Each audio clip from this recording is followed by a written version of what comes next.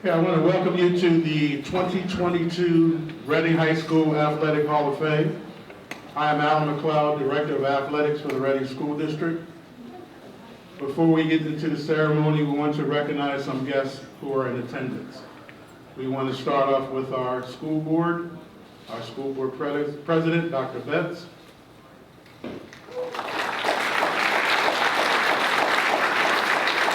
Our other school board member, Patricia Law.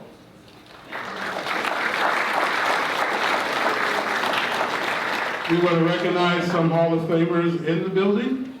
Jet Johnson.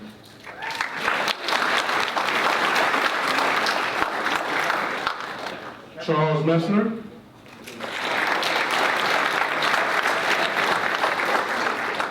We would also like to recognize one of the members of our current coaching staff, Coach Rick Perez.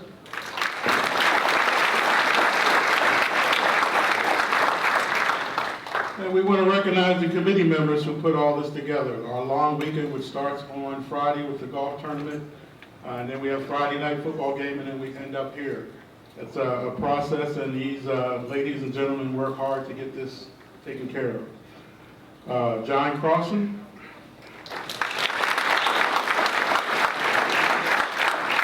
Chris Hildenberger. Myself. Charles Messner. Frank Molina. Kurt Reinert. Mike Sean. My assistant, Dan Scott. This wasn't done on purpose, but the ladies are at the bottom, I guess because of their names. I don't want any trouble here. Lori Sherman. Janet Tree. And we always give a special shout out to Patricia Ronick. She does everything for us.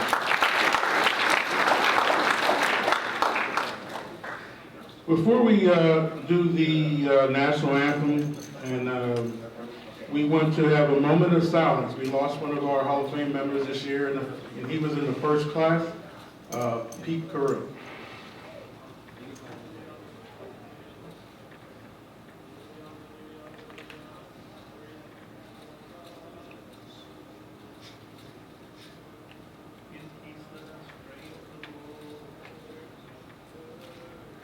Thank you. You know, you write stuff down, you always forget something, so.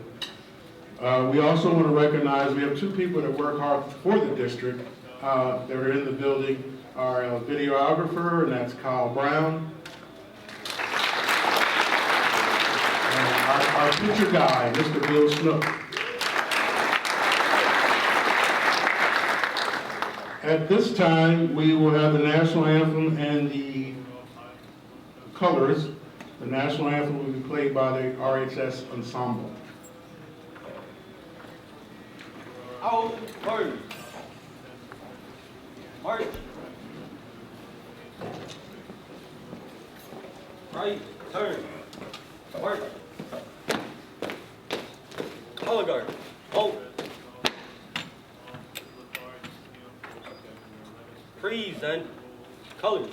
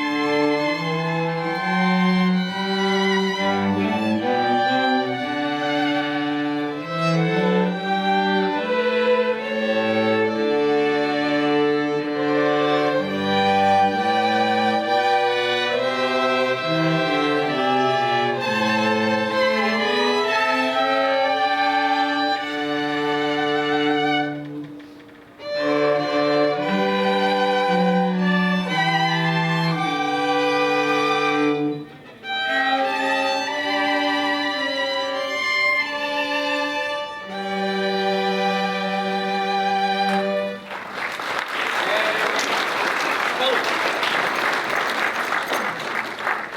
Ready. Cut. Right. Turn. March. Forward. March. We can keep on. Everybody can continue to go up for dessert and coffee at your leisure. If you can just give us the time so we can move this on a little bit so that you're out of here before midnight. So the first order of business, you all know John Crossan, who does a lot of work for your organization, and they've had this drawing for which people gave money, and you're going to get an autographed basketball of Lonnie Walker and Stu Jackson, two icons of the past of Reading High basketball. So he asked me to draw because I have no vested interest except I would steal for that ball. So the winning ticket number, are you ready? 731220. 731220. 731220. Do we have a winner? Joey Torsha. Joey Torsha, congratulations. It's verified, Ed. Trust but verified. Take his fingerprint just to be sure. The desserts look great. I hope you enjoyed dinner. How was your dinner tonight? Thank you to Konopelski Catering, and thanks to the whole committee. Okay, let's move on a little bit. If I could have your attention, we want to give our full attention to these wonderful honorees. As you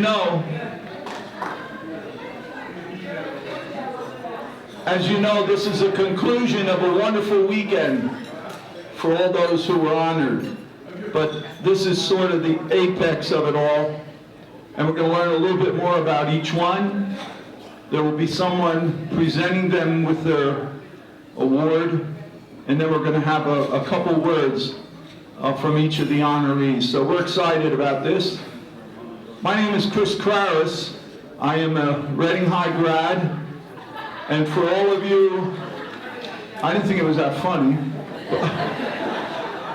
but for those of you, and I think everyone in here is connected to Reading High, you know it never gets out of your blood. I was, you ever hear of the 13th Street Gang? Is there anybody here who's a member of the 13th Street Gang? Our dad was. Who's your dad? Robert Ruoff. Bob Ruoff, yes. 13th Street Gang, it's a unique organization that the Guinness Book of World Records legitimately has it entered in it. There's 145 of us. Those are people who were born on 13th Street and who went through their entire education, including elementary school, junior high school, and college. And there's a limited number of those, and I happen to be one. Pete Carrill, who was such a great friend, who we memorialized a little bit earlier, when he heard about that, he says, you know, that's sort of pathetic. That means that you never left sight of the pagoda. But it was a wonderful thing. I'm still a strong Reading Knight follower, even though I live in the enemy district called Wilson Bulldogs. But whenever they don't play Wilson, I'm a strong follower. I go to a lot of the games. I'm so happy to follow Rick Perez and his wonderful team. Rick is here tonight again, I'm sure you know that. 2 state championships. I don't think any of us can even approach, no matter how old you are, and I'm one of the oldest guys in this room, unfortunately. But I remember so many wonderful teams. But Rick and his teams surpassed all those records, and for that you are to be applauded, as are all the wonderful players that you had on those teams. Okay, we're going to start out. We are going to ask you to try to keep the chatter down so we can give these people their due recognition. We're going to follow the book along, The first honoree in memoriam is Tony Bonanno.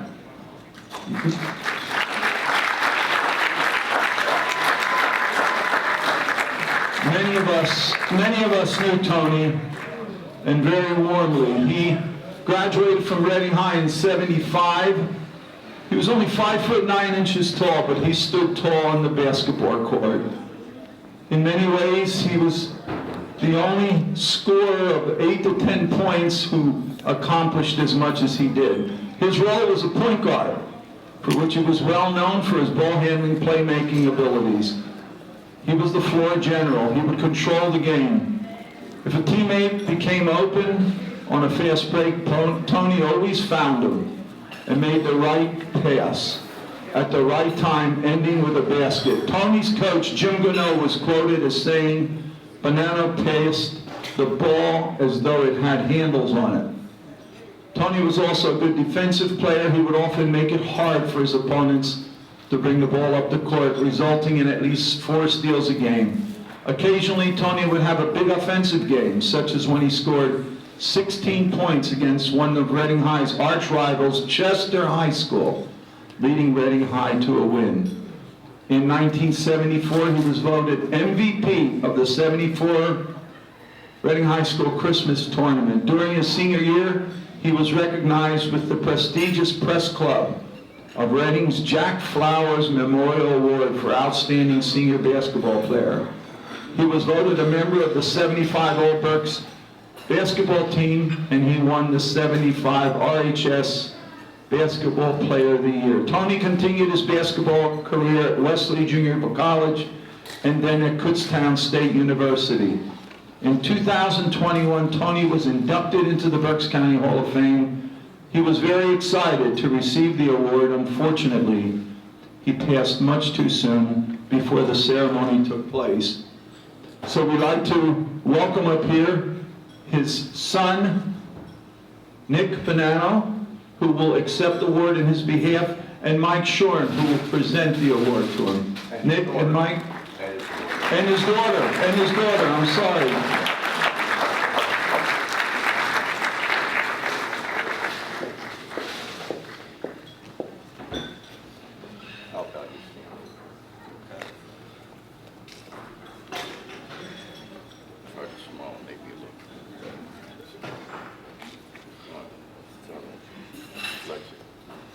Nick, do you have a few words to say?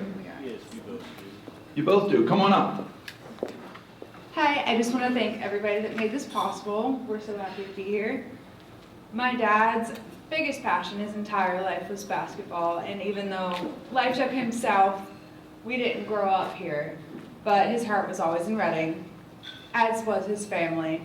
And I really wish that he could be here to accept this. It would have been such a highlight for him, but I'm also glad that both of us could be here to take it on his behalf.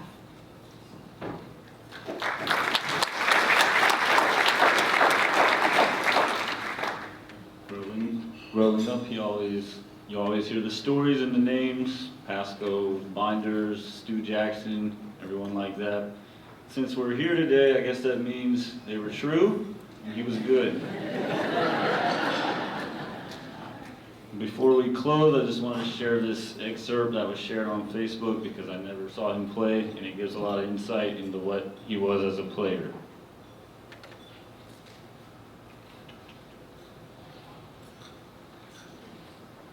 This was shared by one of Holy Name's best guards to ever play. Tony Bonanno was essentially an idol to me. Growing up, when I saw Bonanno playing for Reading High School, I realized that it was very much possible for me to be halfway decent at basketball if I wanted to be. If you didn't know Tony, he was often the smallest player on the court, but never the least important. In fact, he controlled games, just orchestrated them. He didn't need to score to be the best player in the game, but he could if he had to. He was a great passer, both fundamental and flashy, and needless to say, he was tough. I loved everything about him on the court, everything. My basketball playing days ended long ago. I made it to where I made it, but Tony helped me love the game when I was a kid. He helped me love basketball so much that I made it a lifetime partner. Rip Tony Bonanno, you had no idea how much I often thought of him.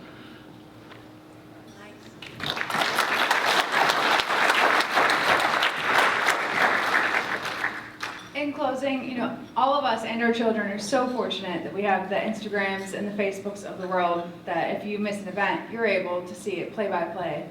We never got to watch our dad play, so we weren't sure how good he was, but according to this, even though we couldn't witness it, his legacy is going to live on forever with Reading High, and we're just so grateful for that. Thank everyone.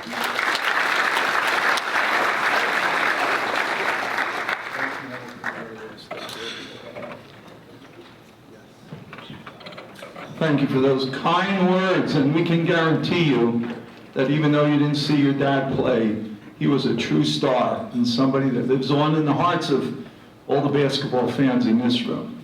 Congratulations.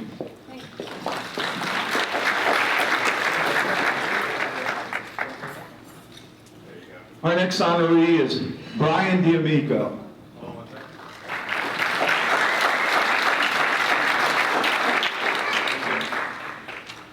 Brian is an 86 graduate from Reading High School. God, it's been that long ago.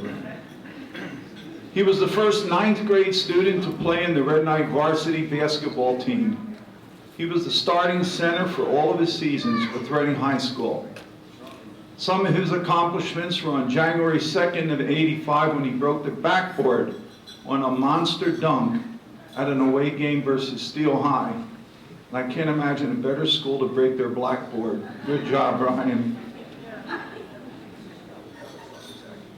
Also, he set a school record scoring 42 points against Wilson during the District 3 tournament at Hershey Arena. A few achievements were winning 4 Reading High School holiday championships, 3 county championships, and a District 3 championship. Standing 6'10" tall, during his '86 senior year, Brian was one of the tallest players ever to play basketball for the Red Knights. His senior year, he scored almost 600 points, averaging 20 points a game, 245 rebounds, averaging 8 points a game, 8 rebounds a game, and approximately 4 block shots per game while shooting 66% from the field. He finished his high school career with almost 1,400 points and was the 4th all-time scorer in school history. He was selected to play in both the prestigious Pennsylvania All-Star Dapper Dan Round Ball Classic and the Pennsylvania All-Star Mid-State Round Ball Classic. He was selected 3 times All-Berks team, 2 times for the 2nd team of Pennsylvania All-State team, 1 time All-American team. He was voted one of the nation's top 50 high school basketball players and invited into the Nike All-American program at Princeton University. Brian received a full academic athletic scholarship to continue his career and play for the remarkable coach Jim Valvano and his powerhouse North Carolina Wolfpack in the elite Atlantic Coast Conference. After his college career, Brian tried out for a few NBA teams and played briefly in the CBA and overseas. Brian is proud to call Reading his city and his home city. So introducing and getting the award for Mike Shorn, for Brian D'Amico, is Mike Shorn. Mike and Brian, can you come up here? I don't know how much time I have. Half hour. I got about 20 pages though. No, not really. Just like to start off by, it's gonna be tough. Yeah, you're all right. You're good.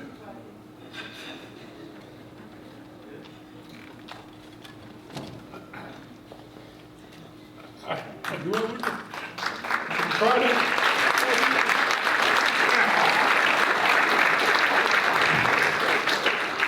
What's that? No, I was bad at foul shots though. I'd just like to congratulate the fellow nominees and inductees tonight. It's an honor being in class of 2022 with you guys. Some of the greatest athletes that ever played at Reading High. Prior Hall of Fame inductees, it's an honor, such great athletes to be in the Hall of Fame with you guys. Thank you to the Red Knight Hall of Fame Committee. You know, the football game last night was, with the recognition was really nice. You know, allowed family, friends, fans, student body to share in this moment. Banquet tonight, the induction ceremony. You know, it's tough when you get recognition like this. You know, I'm a humble guy. So this is tough for me. First class operation, though, committee put on here. Try to lighten it up a little bit. Thanks to my teammates. You know, I played 4 years from freshman to a senior at Reading High. And it's the old cliche, you know, there's no I in team. You know, I wouldn't be here without those guys. No success without them. What's funny is still today, you know, I see my teammates at restaurants, shopping, the movies. Some of my teammates I hang out with, we have dinner, drinks, bonfire. And today, every time I see them, I still thank them. I thank them for passing me the ball. Although there were some teammates that didn't pass the ball as much as others. And they know who that is. But little story about teammates. You know, my teammates used to love my mom's cooking. You know, I was Italian family. Any cooking she did, pasta, spaghetti, raviolis, they loved it all. And they always asked me, they used to call me Big D. Hey, Big D, when are we coming down to pasta night? When are we coming down? They'd say to my mom, Mrs. D, when are you having pasta night? And usually it was on the weekends. You know, after a practice or a game, we'd have to get up for school the next day. They always came down, my mom always brought them down for pasta night. What they didn't know at the time is I was always asking my mom, hey mom, when can we have pasta night? When can we have the guys? I knew they loved pasta, any type of Italian. I'd say, hey, when can we have pasta night? When can we bring them down? She's like, okay, you know, whatever. So I said to her, I said, listen, we got to keep these guys happy so they keep passing me the ball. So I want to thank them. You know, they were a big, obviously, part of my career. To the prior RHS players, I want to thank them. You know, Pete Mullenberg. You know, I played at 11th and Pike. We called it the Pike Summer League down there. I played there for 6 years, and I played against other players. Pete Mullenberg, the Crystals. You know, I never had the pleasure of playing against Stu Jackson, but Rozignoli, Eric Key, you know, we're all friends with those guys yet. And I played against them. You know, and it all started for me at the Rising Sun Athletic Association down there at 11th and Pike.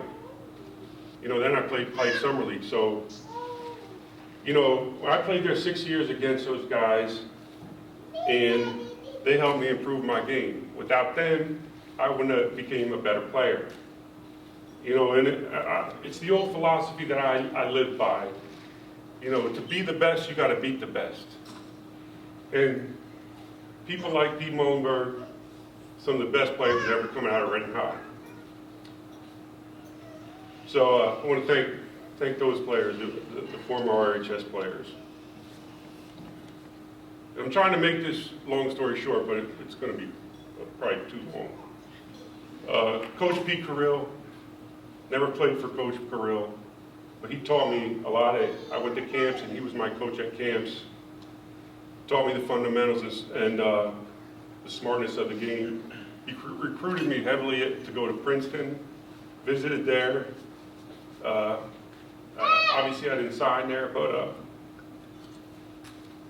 true scholar of the game.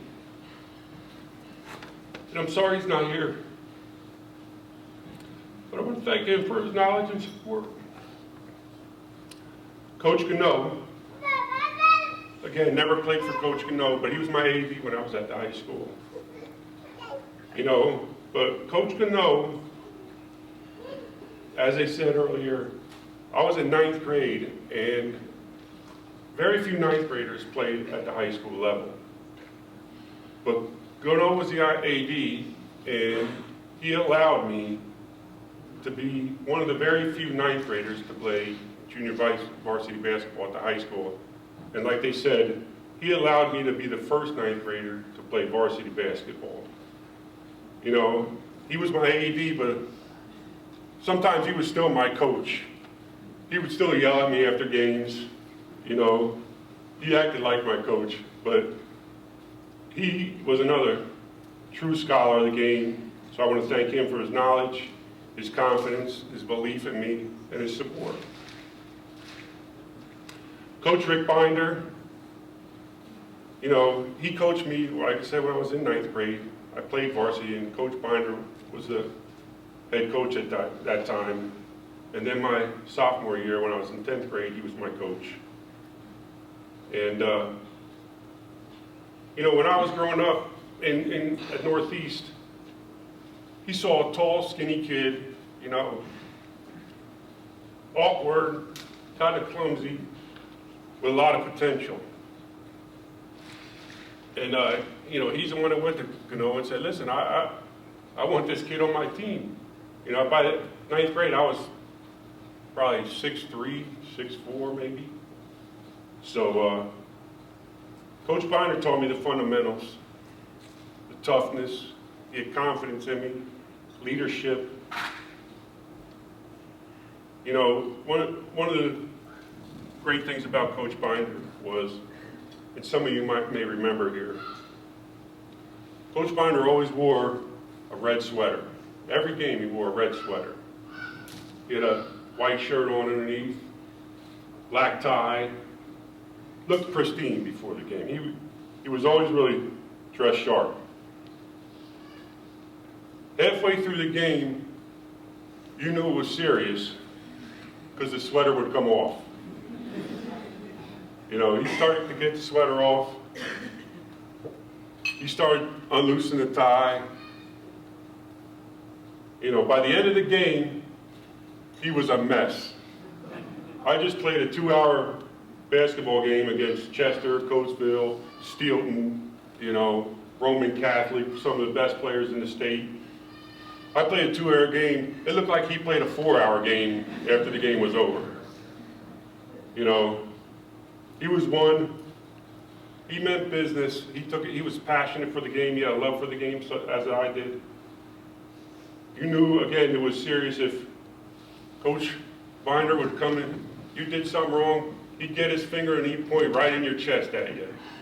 And I got pointed in my chest many times. But he used to like to roll up his program, and he'd give you a swat in the head, swat in the backside, but it was all meant with encouragement, with a passion and a love for the game. So, I just want to thank Coach Binder for his encouragement. You know, he left and he went to Kutztown, as many of you know, and I'll tell you a quick story here. He recruited me heavily to Kutztown. And he used to come to my house, you know, my senior year I was playing for Steve Horn, and he'd come to the games and he'd talk to me on, come on, Big D, come on, you gotta come up here. Brian, come up here, come to Kutztown. And it got to be a little overwhelming. You know, I had a lot of colleges come in and talk to me. And, you know, he loved me as a player, I loved him as a coach. And finally I had to say, listen, Coach Binder, I would love to play. You know, he was like, we won championships up there and everything. I said, you know, I'd love to play for you. But I'm sorry, you just don't have a big enough TV package for me. So he was a great guy. He's one of the probably best coaches at Reading High, in the county, and within the state for sure. You know, he went on in his career to do some great things. Coach Steve Horn, who was actually my 9th grade JV coach. He coached me my 11th and 12th grade. He was my head coach after Coach Binder went to Kutztown. And him and Coach Binder saw that same tall, awkward, clumsy kid.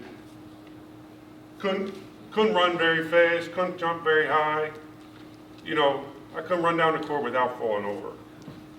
But Coach Horn said to Bonanno, said, listen, I want this kid on my 9th grade JV team. And Coach Binder, you know, I want him on my varsity team. So what they did is they came up with a solution, and I played both, JV and varsity. You know, it was a lot of fun. You know, I was going to Northeast, and back then they had 9th grade at Northeast. So I would go to school during, you know, I was in 9th grade, go to school all day, and then after school, I'd go up to the ring, you know, I'd have to run up the ring high, and I'd practice for the JV team. 3 hours we practiced, and Pete can testify to this. No breaks, maybe one break during it, no water. Then after that, I just got done practicing JV for 3 hours. I'd have to practice varsity also for 3 hours. So I practiced 6 hours, go home, eat, do my homework, get up, and repeat every day. You know, one time I went to Coach Horn, I said, listen, Coach, you know, this is wearing me out. I tried to use the grades as a thing. I said, you know, my grades might be suffering here. I don't know, this practice 6 hours a day. He said, listen, both of them, Brian, if you want to be the best, you're going to have to do both practices. So I did it. I did both practices, and it was well worth it. I appreciate it. So thank you for Mr. Horn, Coach Horn, for, I have here in my notes, one other thing Coach Horn really did for me. You know, I played a lot of summer league. You know, my whole life was taken up with basketball. And I was grateful for it. Opened many doors, but I played a lot of summer league, camps, tournaments. Coach Horn was dedicated to making me a better player. He drove me to those summer leagues, drove me to camps, drove me to tournaments, and he was dedicated to making me a better player, which I became because of him. So I thank you for his encouragement, his knowledge, his confidence, his belief in me, and his support. Last coach I want to thank is Coach Mike Miller, who, he was my assistant coach when I was 11th and 12th grade, and he taught me on the court, off the court, and in the classroom. You know, on the court, even today, we all know, some of you know, he's a coach over there, Al Bernie, the head coach. He's one of the most knowledgeable about the game that you could ever talk to. You know, off the court, Coach Miller taught me how to be a better person, stay out of trouble, and really, really guided me through the path. You know, in the classroom, he was my teacher. He helped me with core curriculums, you know, my SATs, what it took my senior year to get into college. And I admit, you know, listen, I wasn't the best student. I wasn't a straight A student. You know, I was an average student. But he knew what it took for me to get to college and guided me through there. So I'll say to him, he was a valuable mentor to me my senior year and at the start of college. especially, like I said, in the recruitment process. Valuable mentor. So thank you, Coach Miller, for being a coach, a mentor, a friend, and an all-around great man. A couple other quick thank yous. You know, to my trainers, Hobie Giesman, Roger Stafford. They took care of me, kept me healthy. You know, we had up at Reading High, and I think it's still there, we had the best training room and whirlpool in the county. You could fit, and probably a lot of you don't know, you could fit like 10 guys in this whirlpool. So, you know, they took good care of me, kept me healthy. Even when I was tired of running, you know, belly aching, they were there. They said, listen, we'll take care of you. So thank you to them. I can't go without thanking my principal, Doc Flannery. Doc Flannery was another one who was a mentor and guided me. A quick story about Doc Flannery is, as you may know, Doc Flannery was a good athlete himself. He was a good basketball player, great basketball player. He loved to play one-on-one, especially with me. He always picked the biggest guy. I was the biggest guy, so he always wanted to play one-on-one. He used to come down at least once a week after practice. Say, hey, you know, and I played with his son, Matt Flannery. He used to come down and say, hey, Brian, let's play one-on-one. I said, okay. Well, I tell you, Doc Flannery had the sharpest elbows I ever played against. He was one of the toughest players. He loved it. And the thing about Doc Flannery when you played him, not only was he the toughest, he was the most fouling player I ever played against. He would foul you, then he would cheat about it. That wasn't a foul, I wasn't a foul. So thank you to him for his guidance, his mentorship, his friendship, in school and outside of school. He's all around a great man. To the fans of Reading High, a lot of you out here today, you know, we had thousands of fans, students, faculty, young and old, city, county, and even statewide. I mean, they came all over. That gym was always packed. Not only when I played, when Pete played, when Danielle played, when Lonnie played, the tradition goes on. So they, you know, those Red Knight fans were loyal. You know, they're loud. You guys are loud, die hard. You let us know if we were playing bad. Let us know if we were playing good. But you were always loyal. You stayed with us through the good, the bad, the ugly, and the best fans in Berks County that you could ever have. So thank you to all the Red Knight fans. Friends of mine, without friends, you know, I'd never get here to where I'm at. I'm probably over my time limit already. I apologize. That's okay. I hope we're not paying for this by the hour. The boss is behind you. Am I okay, boss? You're good. Okay, thank you. My friends, you know, too many to mention, in school, out of school. You know, you have different levels of friendships, past, current, lifelong friends. You know, some you may not want as friends, but they're still your friends. But no matter what, they all shape who you are and your career and what you go through. So without my friends, I wouldn't be here. Now we're going to get to the really tough part. And I apologize about this. But my family, I got lots of family. You know, I have, a lot of people don't know, I have 15 aunts and uncles. So many, many cousins. And some of them were at the game last night, some of them are here tonight. As we say, they're representing tonight. You know, some of my cousins that are here, I'm not going to mention their names because I don't want to embarrass them, but they know who they are. You know, just a quick story of each one of them. One, you know, she wore her her Reading High gear, or NC State gear, every game. Too young to remember though, but I have a picture of me holding her at half court, one of my favorites. Another one, very good athlete, soccer player, one of my biggest fans, although now I think she has a split personality. She has a good side and a bad side, because I'm an NC State Wolfpack, and her husband and family are all Tar Heel fans.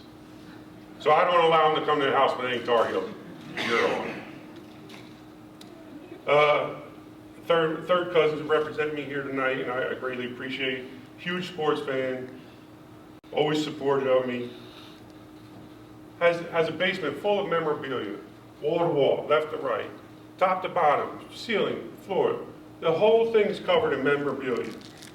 Anything you can get, sports cards, pictures and all. The only thing he doesn't have up there is my jersey. He has no room for my jersey. So hopefully I gave him one tonight, and hopefully he'll put it up for me. And the last one is a very good athlete.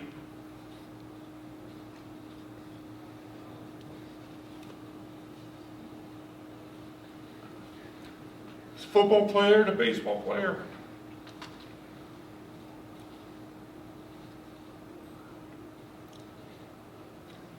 It's probably out of my cousins, my #1 fan. One of the most loyal fans you could ever have. Always sending me selfies of him representing with his hat on, his gear and stuff. Got all the Wolfpack gear you can imagine. He has a framed jersey, unlike my other cousin. He has room on his wall. This jersey I gave him was an authentic jersey, game worn jersey that I played in. He has it in his closet.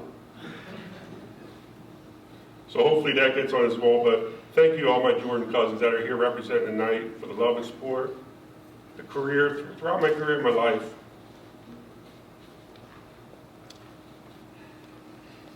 My aunt and uncle, Brendan and Bobby Jordan, we're here tonight celebrating this. One of my favorite memories growing up, I'd have dinner down at their house, or picnics. They'd have, every holiday they come up for dinners, no matter what, all Easter, Thanksgiving, Christmas. Picnics we went down there and had at their house. Memorial Day, all the major holidays. They put up a basket, a rim, in the backboard in their backyard on the garage, right in the driveway. Now, I was tall back then, and the rim was only like 9.5 foot tall, so I used to go out there and practice my dunking. Well, my aunt would yell, listen, don't rip that board down. I ripped one down later, but, they used to always yell, don't rip that board down. And those two, my aunt and uncle, the two of them, now Bob Jordan, I'll tell you, dedicated Bob Jordan, he was the chief down at Reichten. He's the one that walked me out and escorted me last night out on the field. He had all his Reading Red Knights garb on. Bobby and Brenda, my aunt and uncle, were some of the two most loyal, dedicated Red Knights fans. Never missed a home game. They were at every home game. They traveled near and far. They go to away games. My aunt was pregnant, due any minute. She was at the games. And two of the most loyal Red Knight fans you'd ever meet. Both of them, grew up in Reading, graduated, went to church in Reading, even got married in Reading. I was in their wedding, at their reception. I was in Reading. When it came to buy their first house, start a family, loyal Reading fans, they moved to Exeter. So thank you to my aunt and uncle, Bob and Brenda Jordan, the chief as he likes to be known, for your love and support throughout my career and life. Two people I always admired and respected and looked up to, and I appreciate you guys. To my sister, graduated, Alvina Fiamigo, graduated from Reading. She was a big RHS b-ball fan, big Pete Mullenberg fan. big Brian D'Amico fan. She was my fan. Although now she's not a sports fan, she's a Denver Broncos fan. She used to always introduce me. She was only 5 foot tall. She was the short one in the whole family, 5 foot tall. You know, my mom was 6'9", I'm sorry, 5'9". My sister's 5'10". My dad's 6'3", I was 6'10". But she used to always introduce me as her little brother, so I thank her for her love and support. To my other sister, Carlin, who's here tonight, another graduate of Reading High. You know, she was a big Reading High band member. She was the first female to be a drum major. She's the one, along with my mother, who taught me how to treat girls that I met. As a big brother, I was always her protector, keep the boys away from her. You know, she was older than me, 4 or 5 years older than me. But I was an 11-year-old and an 18-year-old body. So the boys came around the house, I let them know that who was in charge. So thank you to her for her love and support throughout my career. And I always admire her. She was always my biggest fan, but what she never realized is I was a bigger fan of hers. To my father, who couldn't be here tonight, he's the first one that took me to the playground to put a ball in my hands at the playground, shot around with, lifted me up, and he's the one that started helping me dunk. I might have only been 3 foot tall, but he was trying to teach me to dunk. So I thank you to him. To my mother, who passed away in 2010,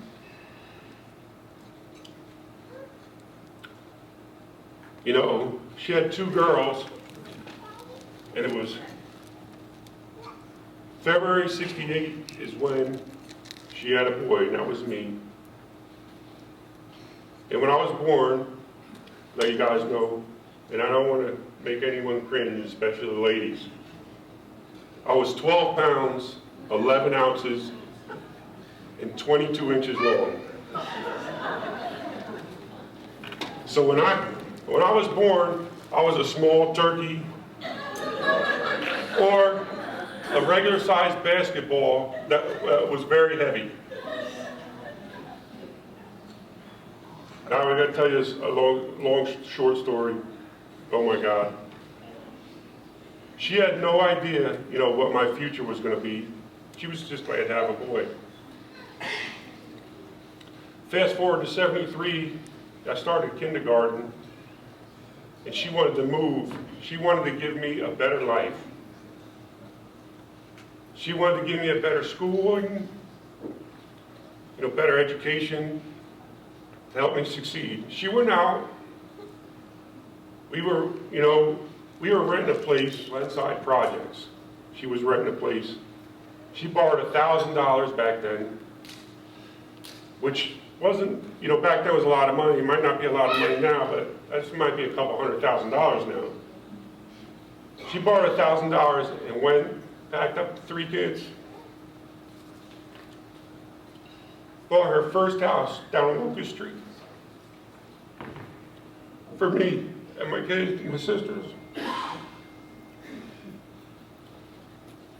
Fast forward to '77, '78, you know, I was 9 or 10 years old. I was up at 13th and Green. I was 4th or 5th grade, playing up at 13th and Green.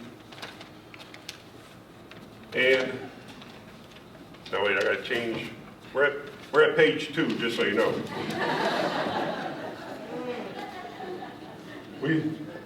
I was going to attend 13th and Green. And, you know, we had dismissal at 2:50 up there. And there was a program on TV called the Three Stooges. Get a little off topic, but it's still, we'll get there. I used to, at dismissal at 2:50, I would run home at 2:50 to watch the Three Stooges.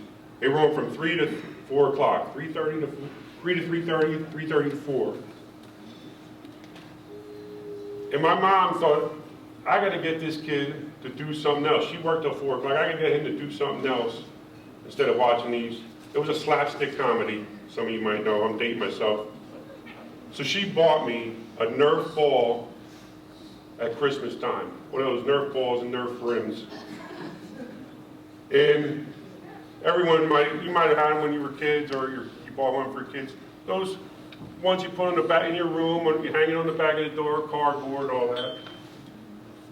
Well, that got me away from Three Stooges, and I started playing basketball in my room.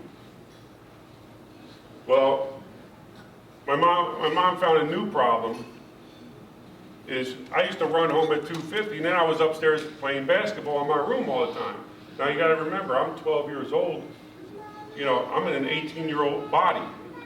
So I'm upstairs, she's downstairs watching TV, and she hears the pounding on the floor. I'm dunking like Dr. J, you know, and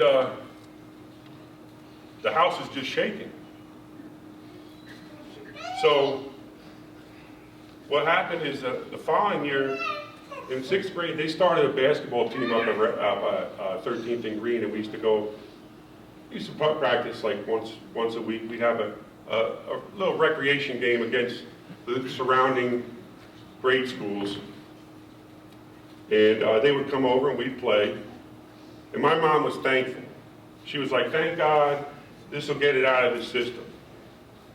Well, what she didn't know is the following Christmas, she bought me a little rubber basketball. You guys might know about those. And now I really started to really like basketball. I was playing for 13th and Green. At 2:50 we get dismissed. I'd run home. In our house, when you went in our house, we had it was right down the street from Locust Street. We had you go into a vestibule, we had a long hallway. Go to the right, there'd be a doorway. At the end, there was a doorway, go back of the house. Well, what I started doing with this rubber basketball, I started having full court sessions up and down the hallway. So now my mom got me out of the house and she got me in. Now I'm in the hallway, right next to her, she's watching TV. She was like, this kid's driving me nuts, you know?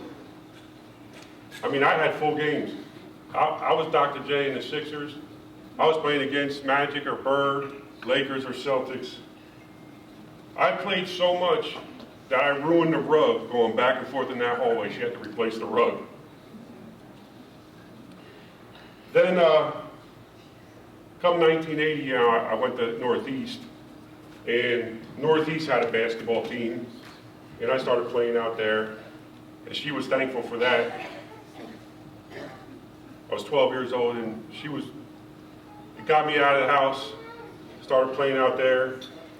I played 2 years at JV and varsity basketball for Northeast. Then in '83, I was 15 years old, and like I said, at 9th grade, I moved up to the Reading High. Graduated in 1986 and went to play for NC State. It wasn't until my first year of college that my mom decided, okay, now we can replace the rug for the last time and we can knock down the middle wall. He ain't coming back to play in this hallway anymore. So I got to thank my mom for stopping me watching the Three Stooges way back when I was a kid. Because if she didn't, this could be a very different induction. So to end this,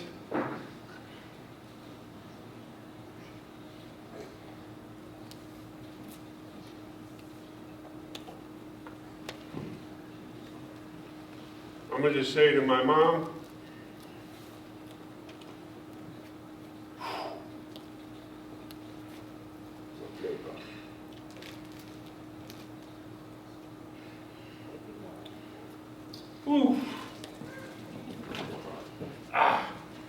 she was the backbone of everything I did. 90% of what I did, she was my backbone, my supporter, my inspiration.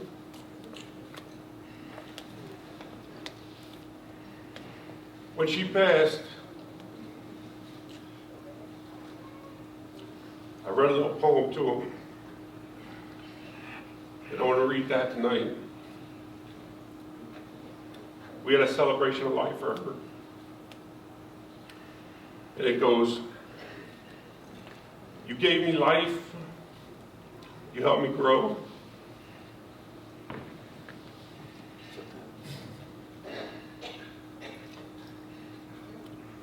You gave me wisdom, helped me become smarter.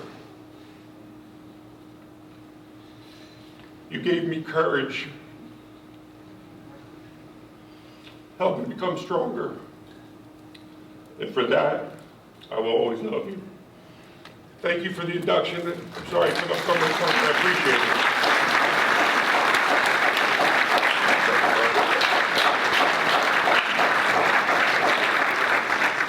Thank you. Congratulations, Ryan. Never be ashamed to shed a tear. No, not at all. I can tell you this, you had everyone in here riveted, and we congratulate you. Ryan, I might add one more thing, if I can. Yep. In addition to all the records you set, you just set a record for the longest acceptance speech in the history of the organization. Congratulations.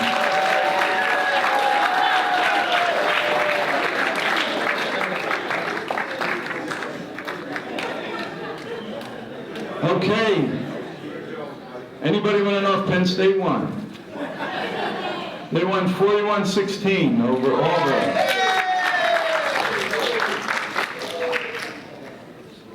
Next up is Dr. Alan Futrick.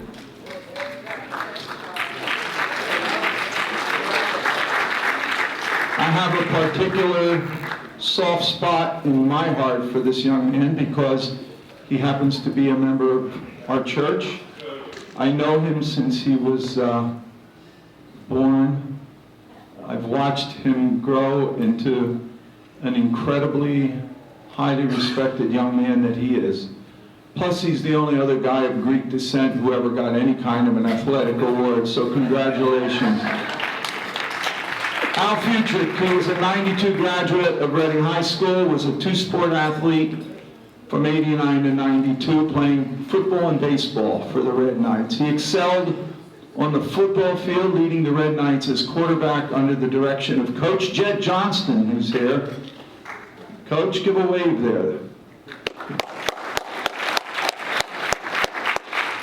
During his time at Reading, he set numerous Berks County and Reading High School records for passing yards, touchdowns, completion percentage. He was the Offensive Player of the Year in 1991 for Reading High. He led the Lancaster-Lebanon League in Berks County in every passing category. 30 years later, his career touchdowns, single season, yards passing, and touchdowns in a season marks still stand as the benchmark for Reading High School. He was a unanimous first-team All-Lancaster-Lebanon League, first-team All-Berks County, and Big School honorable mention All-State quarterback in '91. His '91 team played in one of the most memorable games in Berks County history up to that point, squaring off against Lancaster-McCaskey for the Lancaster-Lebanon League championship and a District 3 playoff berth. In baseball, he played 3 seasons at third and second base for Hall of Fame coach Paul Cooter Jones. Alan went on to Lebanon Valley College to major in history, secondary education. While there, he was a two-sport athlete, playing both football and golf. In football, Al's career completion percentage of 59% still remains close to the top of all-time list. Upon graduation from Lebanon Valley, Al returned to Reading High School as a teacher and football coach. He was part of Al Wolski's staff in the late '90s through the early 2000s, and later served as principal of Glenside Elementary and then Southern Middle School. Congratulations, Al Futrick. And to present Al with his award is Chris Himmelberger.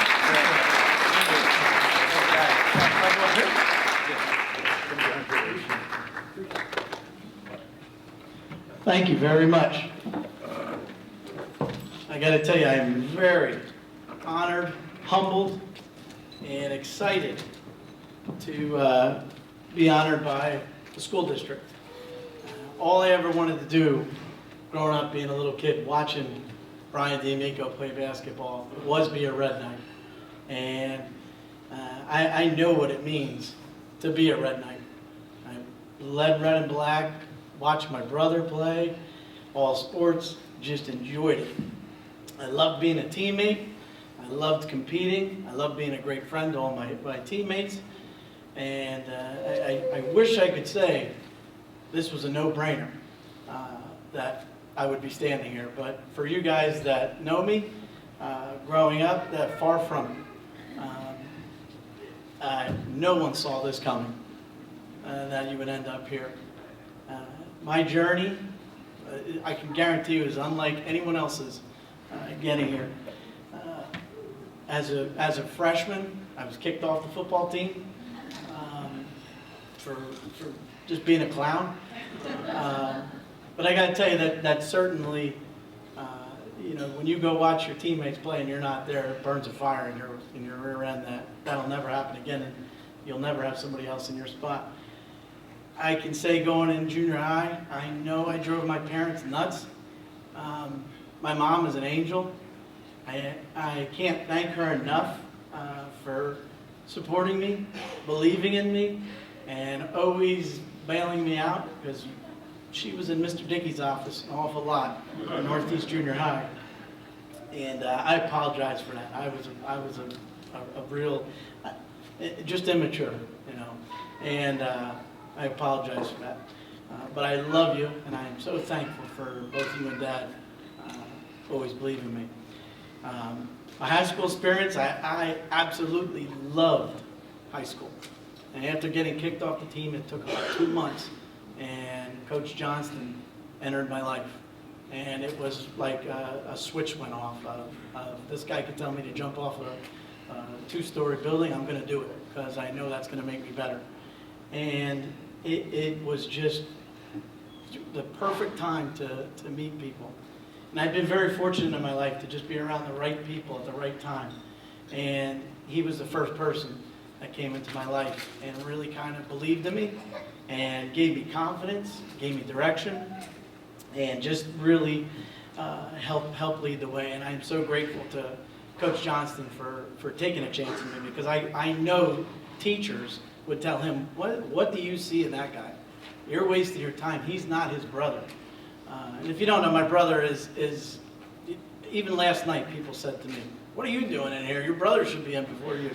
And my brother was a great athlete. And always in his shoes. But Coach Johnson, thank you so much for believing in me. And high school was a lot of fun. Like I said, I mean, playing football, I loved it. I loved every minute of it. I loved being part of a team. I loved being friends with every single one of my teammates. Just getting to know them and believing in them and working as a team to a common goal. And the thing we were always chasing is beating Wilson. And Mr. Claris' son, who I grew up with and knew, was on those championship teams that Wilson went to the state championship game. We were always trying to, that's who we wanted to be. And unfortunately, Dean graduated, but the following year we did finally beat him. And gosh, I got to tell you, that was the greatest feeling in the world, beating Wilson. So thankful for that. But other things as well. Like, I think your high school years are so formative.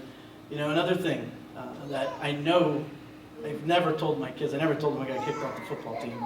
And I know I never shared this with them either, but I wanted to go to Villanova to play football. And I knew I was good enough, but I found out pretty quick, you don't have what it takes academically to do that. I got a 740 on my SATs. I took it one time. And it wasn't that I wasn't smart, it was just I just didn't try. And I didn't do anything about it. So that door got shut. So then I was going to go, well, I'll go to Albright. My brother's there. He's the quarterback. I could step right in. I'll play there for 4 years. Well, I got that door closed in my face. And I couldn't get in because my grades I got C's. And no A's, no B's, with the exception of like weight training, I get an A, but everything else was C's. And I had to learn the hard way of being embarrassed your senior year and finding out that you can't even get into the college you want to go to. You have to go to RAC. And I spent the summer going to RAC, and then I spent a fall going to RAC. And I, again, have to thank Coach Johnston for, helping me, because I didn't know what I was going to do. And I was so grateful for him to at least get me into Lebanon Valley and get their coaches there. That, those are the things that define you. And I got to tell you, ever since that moment, being turned down and not getting into college, I've never taken education as serious. And it's driven me to this day. So sometimes bad things happen, and they happen for a reason. And I'm a better person because of those things happening to me. So, thank you again, Coach Johnson. But I'd also like to thank a couple other people. In addition to my parents, Sam Bunk Johnson, one of my favorite all-time teachers, co-workers, and just an all-time great guy that I just loved working with. Dr. Melissa Jamila, she was the assistant superintendent at Reading when I went there, and later became superintendent. And I'll never forget her telling me when I graduated, hey, come back and see us in 4 years and we'll have you a job. And I was so naive, I didn't even make an appointment after I graduated from college. I just went down and saw her expecting, like, hey, the next day I'm going to have a job. And she found something for me, but it wasn't what I thought it was going to be. But I'm eternally grateful for her, because she believed in me too and got me my first teaching job and principal's job. So thank you. And most importantly, I really want to thank my wife Jen. And I have no idea what you saw in me. Honest, if you ask her the first time we met, I guarantee you same thing. That guy's a bozo. And it took about a year of working on her that she finally came around. And I'm eternally grateful for you and the 5 kids we have that absolutely love and you give your life for. So thank you to those guys, and thank you to everybody for believing in me. Thank you for the committee for believing in me. Thank you to the school district for believing in me. And this is a great evening for everybody. Thank you for organizing it. Athletic Director McLeod, I appreciate it. Dan, thank you very much. You guys did an outstanding job. Thank you.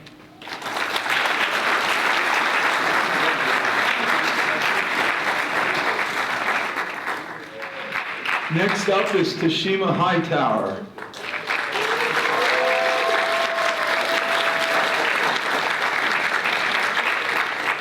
Can we still call you Mookie, Tashima? Okay. Mookie graduated from Reading High in 1998. Her impressive high school basketball career began with Hightower starting as a freshman on the varsity team. She averaged 14.2 points per game. She was named the best-known freshman by the Red Eagle. As a sophomore, she averaged almost 20 points a game, making her second in Berks County. She reached her 1,000-point milestone during her junior year when she averaged 17 points per game and assisted in leading her team to the districts. Her final year as a Red Knight, she led her team in scoring and rebounding while averaging 17 points, which made her third in the county. Her high school career ended with an impressive 1,536 points, making her number 2 in Reading High School basketball history. She was also awarded the 1998 Jack Flowers Memorial Award for Outstanding Girls Basketball Player. Tashima then went on to coach the JV girls basketball team and assisted with the varsity team at Reading High School from 2009 to 2011. While she was on the staff, Reading High School won the Berks County Championship and ranked in the top 5 in the district playoffs. During her coaching career, 2 of her former players went on to play professional basketball. So now we'd like to ask Al McLeod to come up and present Tashima her award. Congratulations, Tashima. Thank you.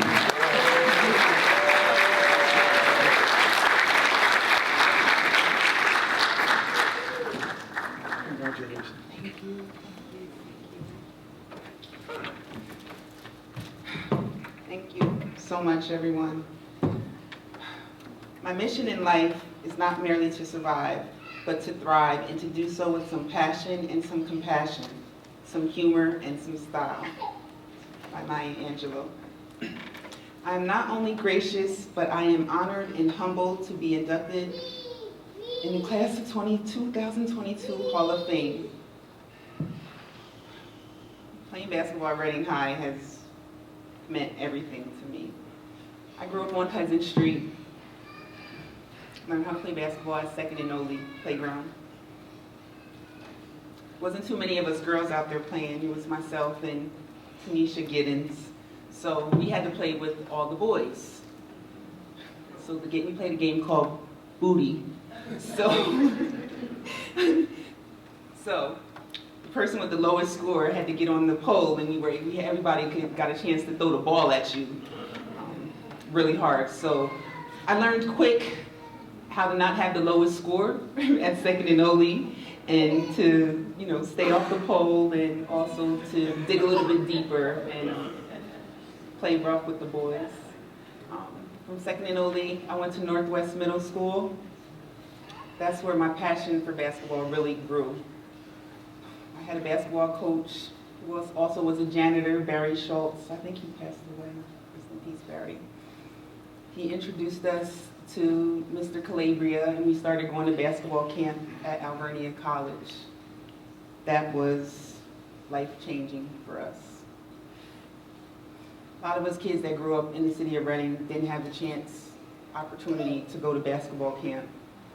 Barry opened that door for all of us, and I'm forever grateful to him. Other coaches at Northwest were Miss Brito, Mrs. Torsha. I dabbled in field hockey quite quickly. And just thank you for all your support, your encouragement. I don't know where I would be without you all. We were a rough group, and you believed in us and never gave up on us. So I appreciate you all for that. Mr. Kohler was my basketball coach at Northwest. Mr. Kohler made me believe that I could do anything. I didn't realize how good I was, and Mr. Kohler made me believe that. So I thank Mr. Kohler. Got to Reading High, and our center got hurt the first game of the season, varsity center. So I didn't know if I was happy or sad, but I ended up starting every game for varsity since then. And I've had some amazing coaches along the way. Coach Winton Butler is amazing. I don't think he's here. I saw him at the football game. Such a positive role model for us girls. Coach Horn, Art Horn, Lynn Knotts. Oh my goodness, I had Kathy LaFada. Just so many people that helped round me into a great basketball player, but also a good person. Everybody wanted to play at Reading High, right? You loved us and you hated us, but you wanted to be us. But it was hard because we always had a target on our back. We've heard stories about stuff, things that we've done, and we're like, what? You have razor blades in your mouth, or they're going to shoot you after the game, and we're like, what? So we always had a target on our back. So not only were we playing against the team on the court, but we were playing against the team on the court, and sometimes I felt like we were even playing against the referees. But we never gave up, and our coaches instilled in us, never give up. And they let us know that there are going to be trials and tribulations, but never give up, keep fighting. I'm a Red Knight. I live in Virginia now, and I still represent Reading every day. I'm a Red Knight to the day I die. And I had a full scholarship to go to Bloomsburg to play basketball. I ended up getting pregnant. My daughter Destiny's back there. She just graduated from Virginia Commonwealth University last month.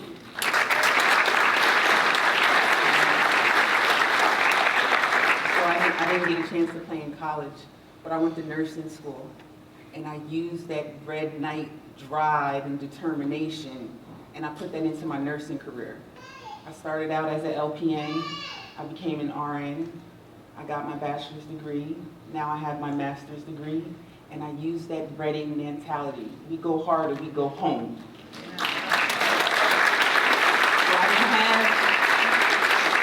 I I've just used it in different aspects of my life, and I am so happy. The love, the support that I've just been receiving. Last night was just so overwhelming for me. I've seen people I haven't seen in years, and I just thank you to Mr. McLeod. He gave me a job as a JV coach at Reading High. Thank you, Mr. Scott. I know you're somewhere in here. Thank y'all just for believing in me.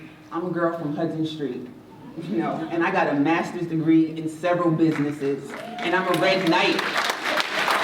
Always and forever. So I just want to say thank you to everybody, my family. I know y'all seen them last night. They're here in support, all my friends. I love y'all. Thank you for never giving up on me. This is for y'all, this is for us, and also for I have two brothers that I lost. One of my brothers, when I got the call that I was being inducted, that I was a nominee for the Hall of Fame, I was home in Reading. My brother was murdered in March. So this was a breath of fresh air for me. So this Hall of Fame plaque is for my two brothers, Therese Green and Shannon Green, that I've lost along the years. So, bros, we made it. I'm in the Hall of Fame.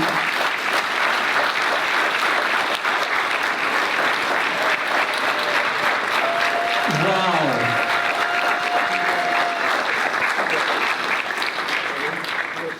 Mookie, thanks for making me cry. Congratulations. You are an inspiration.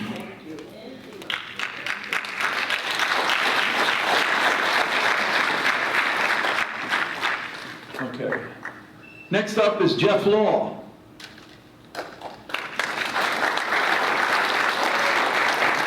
Jeff is a 1973 Reading High School graduate. He started his high school wrestling career in the 9th grade. In the 10th grade, at 133 pounds, he wrestled on the varsity team. That year, Jeff was the sectional runner-up, having lost that match to a senior. He continued his success in 11th grade, now wrestling at 138 pounds. He won the Mannheim Central Christmas Tournament and went on to become the sectional champion on that season. Jeff had an impressive senior year in 72-73. He wrestled at 145 pounds. He was the sectional champ, the winner of the Phillipsburg Christmas Tournament, District 3 runner-up, Southeastern runner-up, and third in the PIAA State Championship Tournament. He finished his senior year with a record of 24-3. He was coached by the legendary Jack Prutzman and Mr. Mike Bell. Jeff always felt that Mr. Prutzman's coaching values and techniques had a profound impact on his success. Jeff wanted to give a huge shout out and thanks to Mr. Prutzman for his hard-nosed coaching and leadership, which helped him guide him as a wrestler and as a human being. So to give Jeff his award, we ask Kurt Reining to come up, and Jeff, come on up. Congratulations.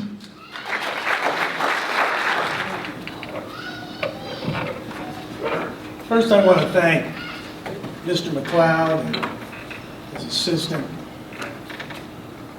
He already thanked everybody else, so the athletic directors and assistant athletic directors, all the work that they put in, all the hours they put in, all the coaches, so many hours that they're away from their families helping us guys, athletes, become what they become. Mr. Claris, I don't know if you know Stan Kabaki or the Kabaki family. Stan Kabaki was the wrestler that had the most pins at Reading High for years. I don't know if it still holds today, but he did at that time. Let's see.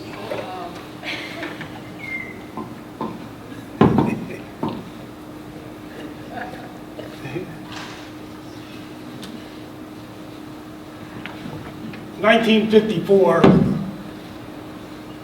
there were two guys that were the first district champs in wrestling at Reading High. At that time, up till my senior year, if you lost sectional match, district match, regional match, now you were done. There was a one and done, you were out.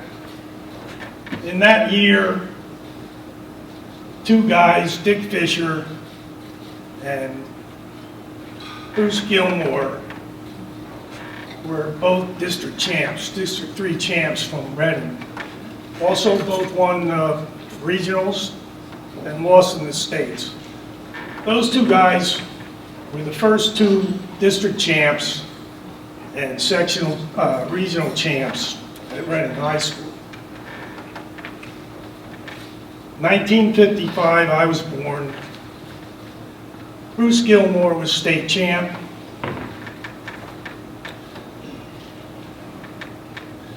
Ralph Jenkins was a district champ. Bruce was also a district champ and regional champ that year and became the first state champ. Another guy, Dick Drexler. I had heard of these guys, but never knew them. They were before my time. Drexler was a district champ at 185. 57, Frank LaPresto, district champ, 120. In that short amount of years, Reading had the only district champs, and I think there were 6 of them involved.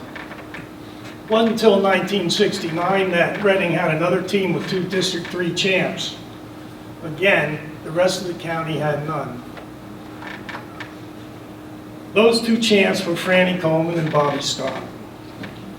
Franny Coleman lived a half a block from me. He became my guy that I looked up to, like everybody probably in Reading. We're looking up to older guys as their mentors, as their idol, however you want to put it. Franny Coleman was mine. 1973,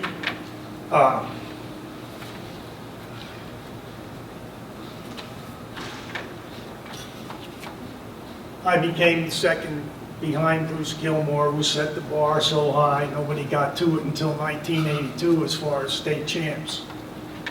And that was a kid from Wilson. But 73, they took 2 people, the winner and the runner-up from the district, to advance. And I was second, and I got a chance to advance. After that, they went to 2 divisions, 2A and 3A, divided up, added more, like up to 6 places per, and those guys could advance. But in my time and prior to, Reading had never lost a match in Berks County. Not to Wilson or any of them. We didn't wrestle a regular Berks County schedule. We wrestled an independent schedule. And then at the end of the year, we wrestled sectionals. And then some of the teams we wrestled, like Wilson, Muhlenberg, Schuylkill Valley, certain ones that would wrestle. But I don't even know what year it was till they finally beat Reading in wrestling, but it wasn't on our watch. It wasn't on Coach Kutzman. Never lost to any Berks County team in his 12 years. Oh, yeah. That 69 team with the 2 district champs also had a guy that was a 3-time sectional champ, was Bobby Kroll. And as a kid, my dad took me to see this team. This team was really a strong team.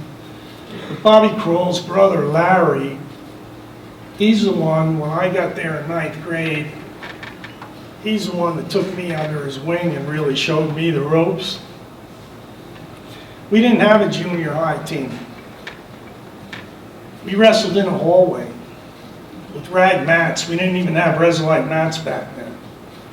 And the coach, George Benedict, my first wrestling coach, he in 9th grade, he'd send, if you were promising, if he thought, he'd send you up to Reading High, which was what he did for me. I wanted to thank, I don't want to go all the way back, but Northeast Reading, in my area, I'm from Hillside. they never had even a little, they had one little league team that covered Northeast Reading in baseball. One of those coaches was Diz Moyer, George Piper. Diz Moyer would go on to be the first president of the Rising Sun Association, which finally started an elementary program in wrestling way back. Actually, Buzz Dietrich became president, and that was really when wrestling took off. Diz started football, probably Alan played Rising Sun football. And then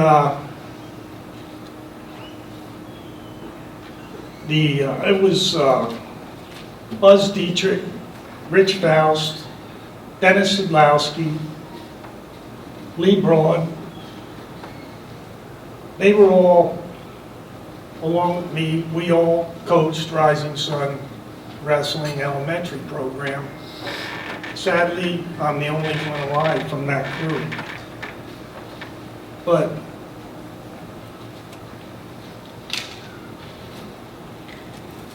I'd like to thank the Fisher family and the Thomason family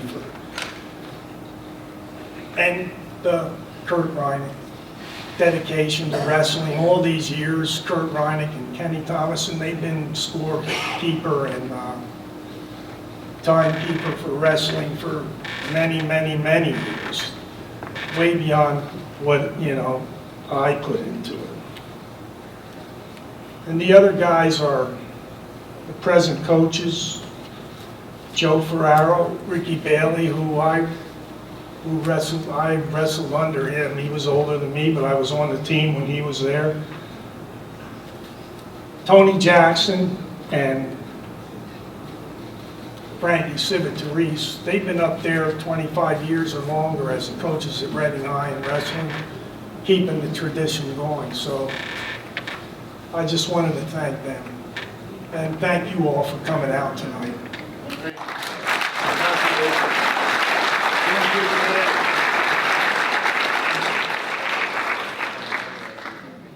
Pete is a 1977 graduate of Reading High School.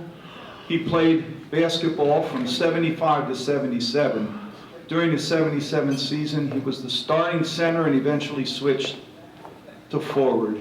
Pete was considered one of the best front lines in Reading High School history. The front court consisted of Steve Rosignoli, Neil Crystal, and Pete Mullenberg, who finished third in the state with a 27-6 record. Additionally, he was instrumental in winning the District 3 championship in triple overtime against Steel and Huntsfire. Pete attended the University of Delaware on an athletic scholarship from 78 to 81, graduated with a bachelor's degree in economics. He was a Division I starter for 4 years in college with the Fightin' Blue Hens. He was co-captain in his junior and senior seasons. By his senior season, he was a 1,000-point scorer.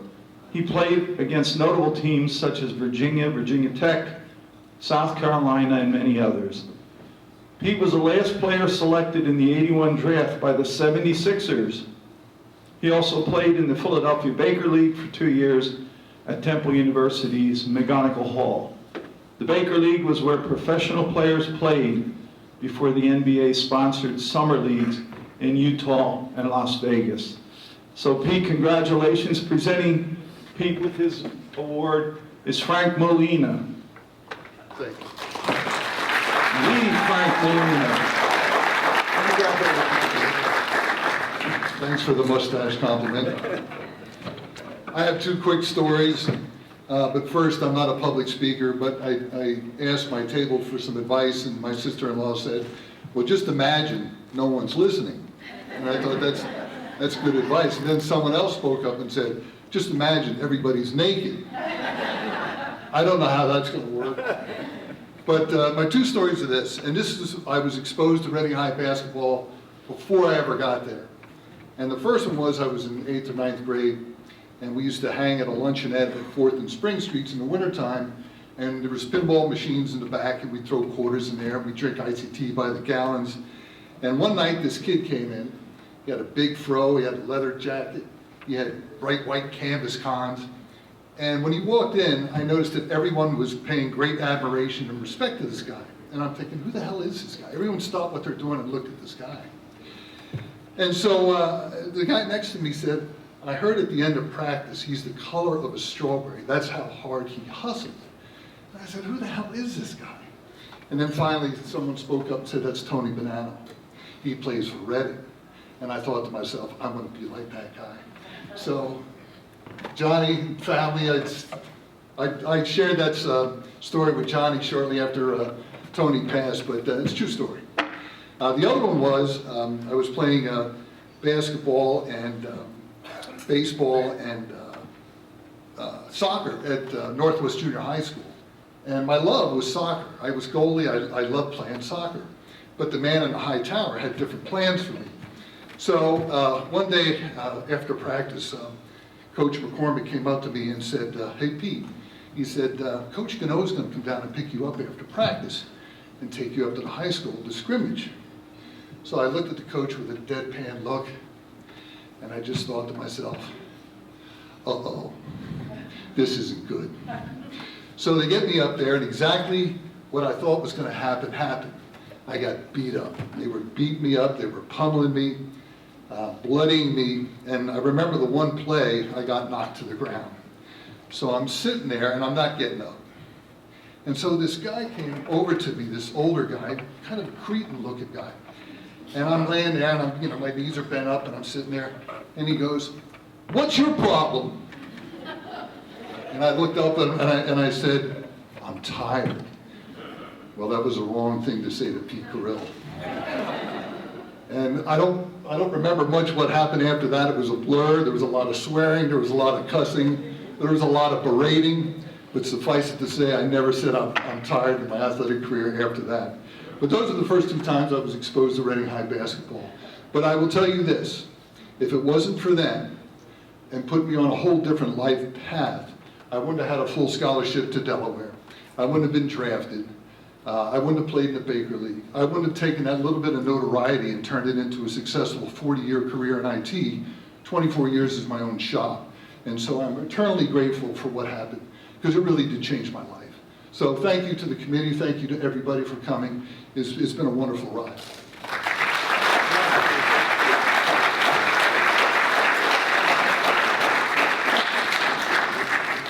Wow, another inspirational story. Here I thought you made it so big just because of your mustache, but you're a pretty smart guy to boot. Our next honoree is unfortunately deceased, but we have his daughter who's here today who will be accepting on his behalf, and this is Bob Ruoff. Bob was a 47 graduate of Reading High School. He was a member of the basketball team that won the Central Penn title in '47. He also won 2 District 3 doubles tennis titles as a Red Knight. He was a 2-year starter in basketball at Albright and was captain of the basketball and tennis teams in '51. Bob also won the Ron Rieger Award as MVP at Albright College and received the Matin Award for top scholar athlete at Albright in '51.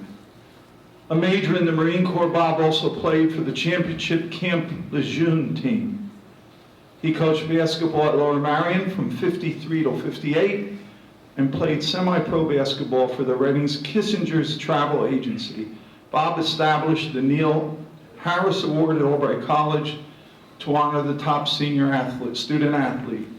He was recently inducted into Albright Sports Hall of Fame. In addition, Bob served as the executive secretary for District 1 PIAA. Presenting the award is Charlie Messner, and accepting the award is Kim Hebner, Bob's daughter. Hi, everyone. My sister Pam and I are very proud to be here this evening, and on behalf of my father, and we are very honored to accept this award on his behalf. Robert Ruoff, Bob, Big Bob, as they called him, was certainly a sports enthusiast.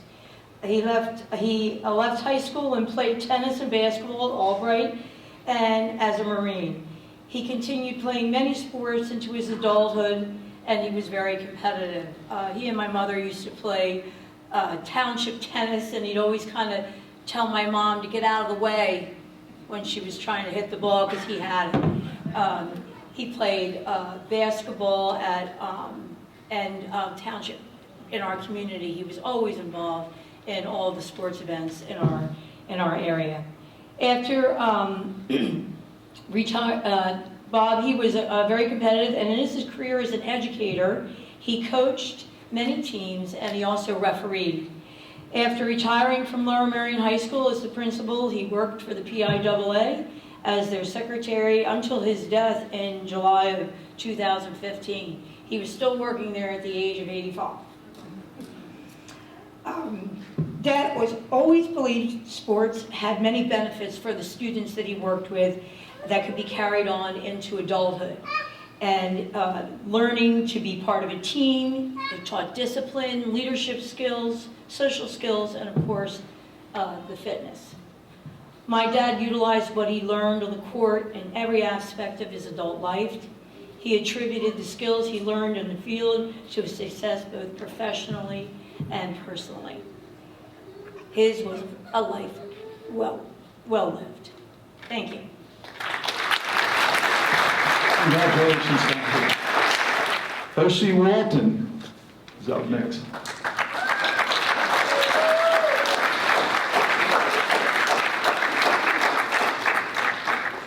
Hershey, it appears you're the youngest guy here getting this award. He's a 2010 Reading High School graduate. He was a multi-sport athlete. He played football, basketball, and track and field. Hershey played both the offense and defensive line from 2008 to 10. In 2009, he was selected for first All-Lancaster Lebanon League. Hershey was an honoree for both offense and defense. In 2010, he was the recipient of the Philadelphia Eagles Top Achiever Award. He was the MVP of the East-West Berks Senior Voices All-Star Game, as well as the East Penn PSCF Pennsylvania Bowl.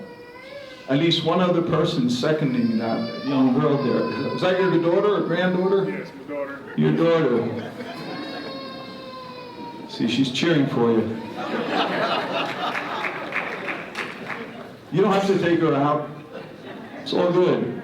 Senior year, Hershey played on the basketball team that won the county and District 3 championships and made it into the second round of the state playoffs. From basketball to track and field, Hershey is once again recognized as a 2010 Berks County All-Division honoree for track. He also holds Reading High School records for discus at 135 feet and shot put at almost 46 feet. Hershey earned his bachelor's and master's degree from Temple University, where he was a full-time student athlete. He was a 4-year letter winner. In 2013, he was named the most improved defensive player. From 13 to 15, he was on the American Conference All-Academic Team and the Athletic Director's Honor Roll in 2015. During Hershey's senior year at Temple, the university was ranked nationally for the first time in 36 years. As a college player, he made appearances in the New Mexico Bowl and the Boca Raton Bowl. He was a nominee for the 2015 AFCA Good Works and Werfel Trophy. He participated in many camps with the Seattle Seahawks. He tried out for a few NFL teams, and in 2018 signed a contract with the AAF Memphis Express. In 2019, Hershey played football with a partner league of the XFL. Welcome, Hershey Walter, and presenting his award is Danny Scott.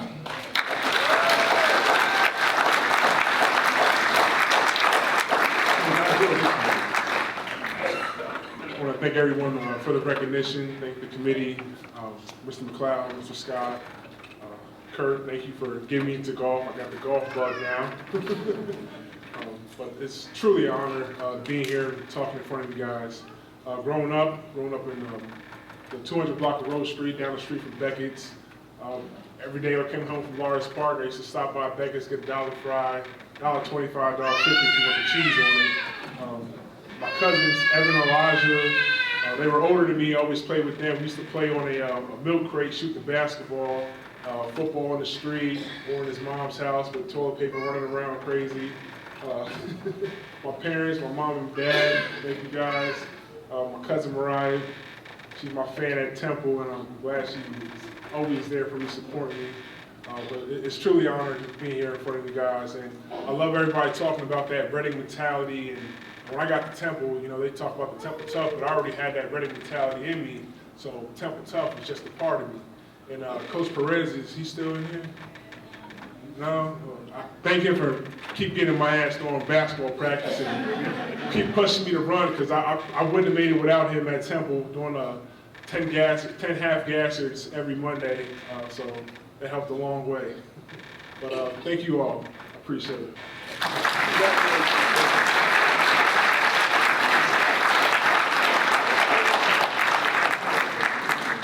I personally appreciate you being here, Hershey, because I'm usually the biggest guy in the room. You got me there, buddy. Congratulations. And last but not least, we'd like to welcome Ron Zeber.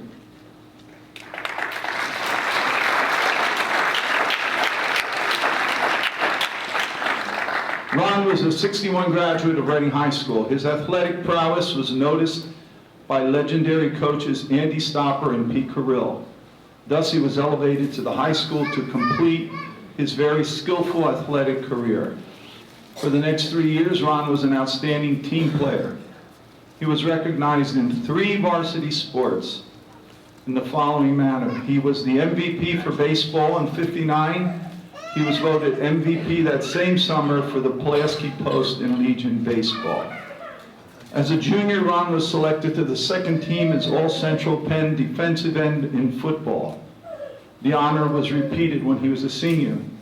In 1960 and '61, Coach Pete Carrill's point guard was selected to the 2nd team of the All-CPC for basketball while leading the Red Knights to Central Penn and District 3 championships.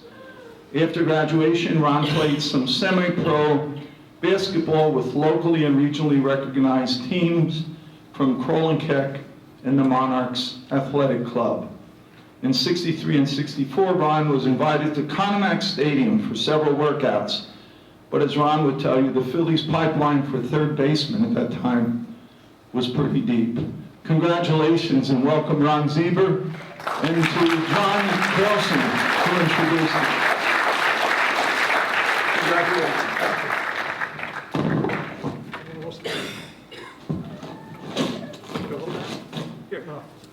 You better give it to me. I'll hold it. I'm used to holding the cane. All right. First of all, thank you for the honor. Never thought I'd be here. I was not the guy that scored the points. I was the only guard my senior year. The other guard was a all-state center the next year. So I basically had the ball in my hands. Now, my athletic career pretty much started at the Albert Boys Club when I was in 2nd grade. It cost $1.25 to join. And I spent so much time there with my brothers that my mother had to call them and make them send me home for supper.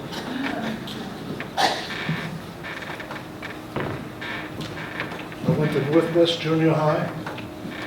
I played football, basketball, baseball.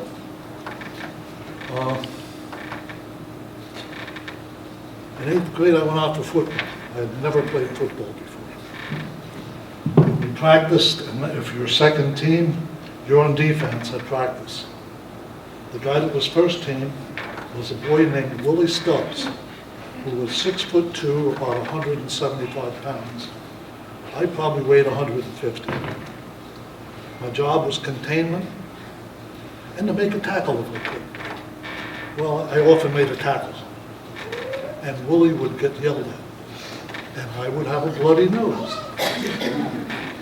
3-4 times a week, I went to the shower room, washing blood. Now, in 9th grade, the same year, when I was in 8th grade. The day of the first game, I'm in math class. The math coach was the football coach, assistant football coach. He asked me to stay after class. I was informed Willie was too old, that I would be starting. So I ended up starting. Now I get the 9th grade. I'm starting.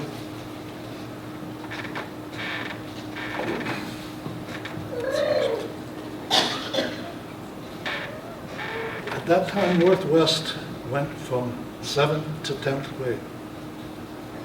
So I get a call from the office to report to the office the last week of school. I go into the office and your program says I was elevated to high school. I didn't see it like that. I didn't want to go to the high school. I wanted to spend the rest of my year with my classmates. So I didn't go out for football in 10th grade. Whereupon Coach Stopper would send football players to escort me from class to class, to sit with me at lunchtime and tell me how much they needed me. Well, I went out for football. I ended up playing a little bit, special teams, passing situations, and he told me I was second team all conference. Then we get to basketball. Hold the mic closer.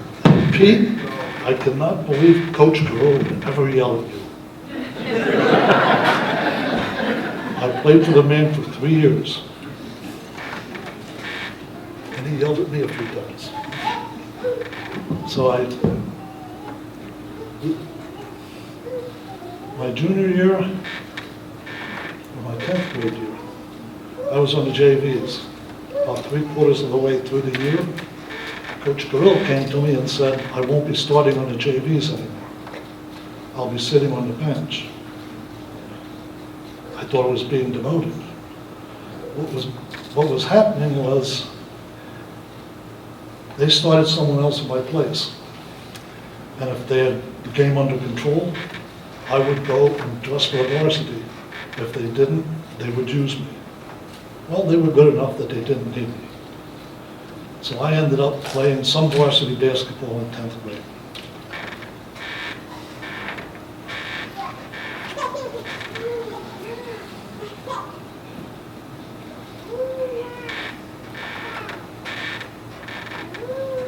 Now, as a basketball player, you guys scored thousands of points.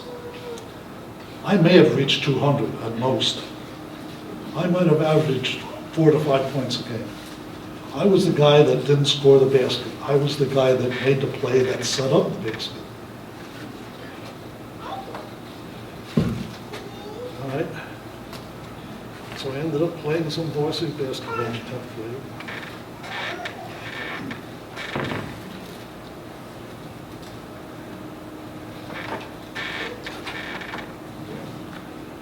As a senior basketball, I was the guard.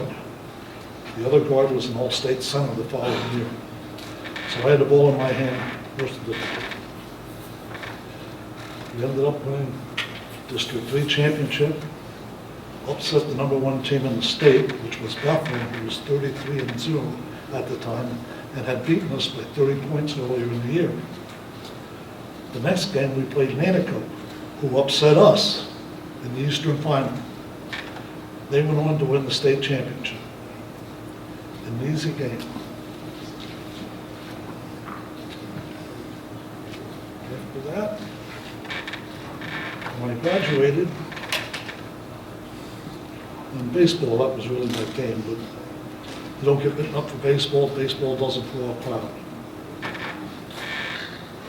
After school, I played basketball for Cleveland Cat. You mentioned that. I coached various teams. I coached 18th Ward Midget Football. I also helped coach Pulaski Post for 2 years with Charlie Flannery. And my son Ronald came home from junior high school from Southern, his second year, and asked me if I could coach baseball. Now, I worked third shift, so to coach baseball, I had to get up, go coach baseball, come back and take a nap before I went to bed. I worked third shift. I coached at Southern for 2 years under the assumption that If you weren't a teacher, you couldn't coach at that time. So they had a teacher who volunteered to be the coach if I would help him. So I helped for 2 years, wasn't allowed to sit on the bench. But we had fun. Kids learned, we taught them.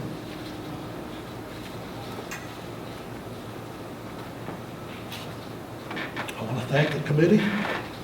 Thank you for the honor. Never thought I'd be here as a non-scorer in basketball, which was everybody remembered me for, because that's the sport that drew the crowd. Football was sort of a second-tiered sport at Reading, and when we were in the CPC. I just want to thank everybody for the honor, the time, and the honor to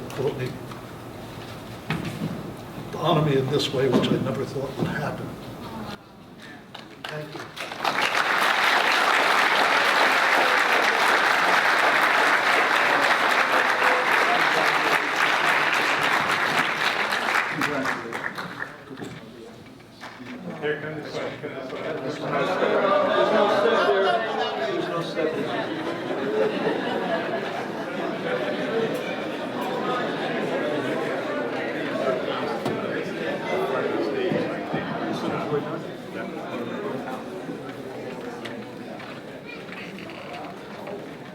Okay, folks, we've reached the end of the evening. I think you want to join with me in one more time thanking and congratulating all these wonderful men.